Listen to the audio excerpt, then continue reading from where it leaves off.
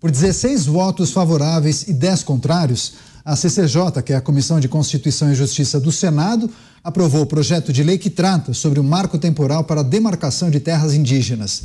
Durante a sessão, o relator, o senador Marcos Rogério, ele rejeitou todas as emendas propostas pelos membros da CCJ, justamente para que essa proposta não retorne à Câmara Federal. Há pouco, inclusive, os parlamentares aprovaram o regime de urgência para a votação dessa medida, que deve acontecer ainda hoje, paralisando a obstrução da oposição. José Maria Trindade, uma clara resposta ao Supremo Tribunal Federal, justamente porque o entendimento da CCJ do Senado vai na contramão do que decidiu a Suprema Corte Brasileira. Agora, regime de urgência aprovado e é muito provável que seja aprovado também no plenário do Senado, não é, Zé? Pode ser hoje. Aí duas coisas. A primeira, o resultado desta pressão. É um resultado imediato. Olha, a pressão foi muito forte. Eu nunca vi tantas frentes parlamentares unidas num só sentido. Geralmente, as frentes se unem através de acordos ali. Olha, vota nesse assunto aqui comigo, que eu te apoio nesse aqui, né? Essa é a troca, é o debate lá. Desta vez, não. Todas se uniram em torno de vários pontos. E mais, o presidente do Congresso, né, o senador Rodrigo Pacheco, ele vinha se mantendo longe disso aí. É como diz lá no interior de Minas, fazendo de conta que não é com ele, mas era com ele, é com ele. O presidente do Senado, ele, pela Constituição, é obrigado a defender, a Constituição exige que ele defenda as competências do seu poder. E ele não vinha se eximindo disso. Aí ele acordou e viu que precisava reagir. A primeira reação veio na história das drogas. E haverá uma reação também na legislação sobre drogas. É uma emenda à Constituição que criminaliza claramente porte de qualquer quantidade, porte ou posse de qualquer quantidade de drogas. E remete à legislação ordinária a regulamentação sobre isso aí, sobre o tipo de punição, qual o tempo de prisão e assim por diante. Quer dizer, já é uma reação do Congresso nesse assunto. Agora, esse marco temporário também haverá uma reação legal.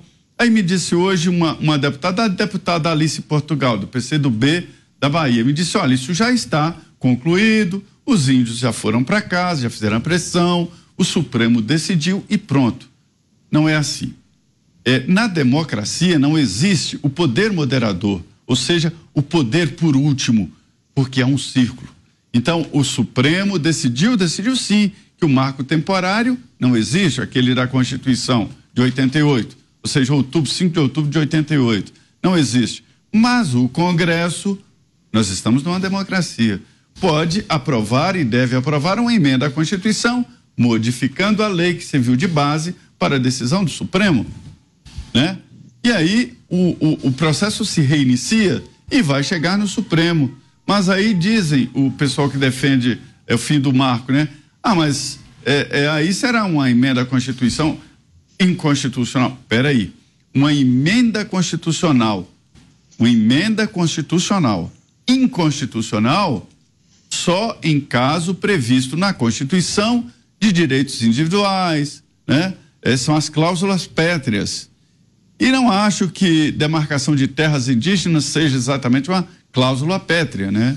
Então, é isso aí. Vai reiniciar o processo e isso é a democracia. Que situação, hein, Dantas? Já tinha visto algo parecido? Semelhante. A gente tem que ter em mente aí, não dá para criar muita expectativa, porque o que vai acontecer com essa lei do marco temporal, uma vez aprovada nas duas casas? Ela será vetada pelo Lula, alegando, inclusive, a questão da inconstitucionalidade já declarada pelo Supremo. Mas é uma emenda, é promulgada no Congresso.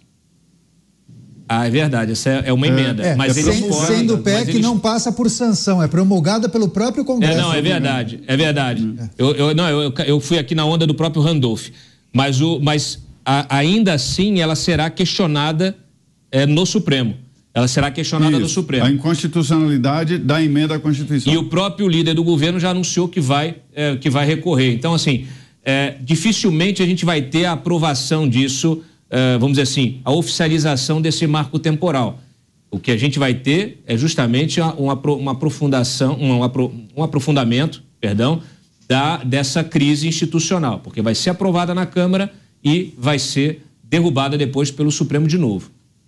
Ou seja, o mal-estar continuará e deve crescer, né, Cristiano Beraldo? Pois é, e vai se criando um ambiente muito confuso, né? Porque o Supremo decide, aí você vai ter uma série de ações com base nessa decisão do Supremo, enquanto a PEC ainda não foi promulgada. Você vê a confusão, a demanda que haverá em cima do judiciário com base nessa confusão. E demanda excessiva em cima do judiciário tem custo, e a gente é que paga. Então parece que as consequências são muito limitadas, mas não são, não. Vai cair no bolso de todo mundo. E ninguém parece estar muito preocupado com isso. É o que mais dá agonia, porque a gente precisa tomar medidas para tornar o Estado, o funcionamento do Estado, mais eficiente. Só que a cada dia nós temos uma invenção, nós temos uma nova técnica para trazer ineficiência ao processo, à máquina pública, ao funcionamento do Brasil. É difícil. Pois é, essas idas e vindas em relação ao marco temporal, Mota, queria trazer inclusive uma outra fala do deputado Pedro Lupion, que é o presidente da Frente Parlamentar da Agropecuária, disse o seguinte: ninguém diz o que temos que legislar. E a decisão do STF sobre o marco temporal não impede que o Congresso mude o entendimento sobre o tema. Você, Mota? Esse é o entendimento de muitos juristas, mas a gente não deve nunca esquecer que esse embate entre os poderes, mais uma vez, ele faz parte da dinâmica da democracia. A democracia não tem o livrinho dizendo regras para o funcionamento da democracia. Esse embate aconteceu há pouco tempo nos Estados Unidos, né? A Suprema Corte, ano passado, reverteu uma decisão dela de 73, que dizia que um aborto era um direito constitucional. Depois a Suprema Corte disse, não, olha, a gente se enganou, não tem nenhum direito na Constituição que diga que o aborto é garantido. E aí o presidente Joe Biden, ele soltou fumaça, ele disse que ia fazer, ia acontecer. Então essa dinâmica sempre existe. Eu acho que nessa discussão a gente precisa só lembrar o seguinte: a importância do marco temporal, ele transcende a questão de demarcação de terras indígenas. Uma questão que tem a ver com o direito de propriedade. E Beraldo, tem muita gente preocupada com isso, sim. As pessoas estão entendendo o que está em jogo no caso do marco temporal. Quem tem uma propriedade e tem essa propriedade tomada pelo Estado, e aí eu acho que tem até uma discussão sobre, está sendo discutido o valor da indenização. Tem gente que, se perder a propriedade, perde a vida. Não há dinheiro que pague aquilo ali. É uma propriedade que está na família há gerações. É o avô, o pai, o filho, os netos que trabalharam para construir alguma coisa. E quando o Estado diz que o Estado pode tomar uma propriedade na hora que ele quiser, e Estado, é que resolve quanto é que ele vai pagar, o que está sendo atacado aqui é o direito de propriedade. A gente não pode esquecer uma coisa muito importante: o direito de propriedade é uma das barreiras mais importantes contra o abuso de poder do Estado. Basta olhar a história. Toda vez que o direito de propriedade foi enfraquecido, todos os outros direitos individuais foram na mesma direção. Pois é, inclusive o Mota mencionou essa questão que envolve a indenização, tem um entrave justamente em relação às melhorias. Porque muitas vezes, sei lá, no mercado, na cotação, determinada propriedade custa, sei lá, por hipótese, 2 milhões. Só que aquele proprietário, aquele produtor fez uma série de melhorias, tem uma sede, várias casinhas para funcionários, etc., alojamento. E aí isso acaba encarecendo muito o valor da propriedade e há um entrave, uma discussão em torno justamente do pagamento ou não das melhorias que foram feitas naquela propriedade.